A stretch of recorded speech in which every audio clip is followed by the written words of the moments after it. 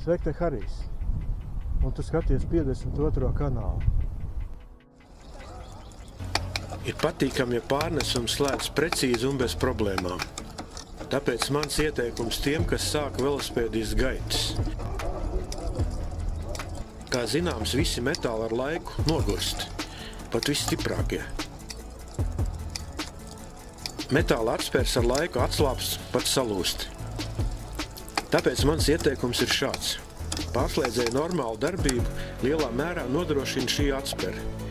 Lai atspere ilgi saglabātu savas īpašības, nekad neatstājiet ilgstošai stāvēšanai velosipēdu ar pārslēdzēju šādā stāvoklī. Īpaši novietojiet velosipēdu ziemas guļā.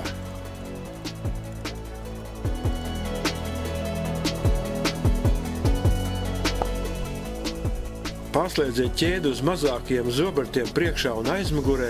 Tādā veidā atspere ilgāk saglabās savas īpašības.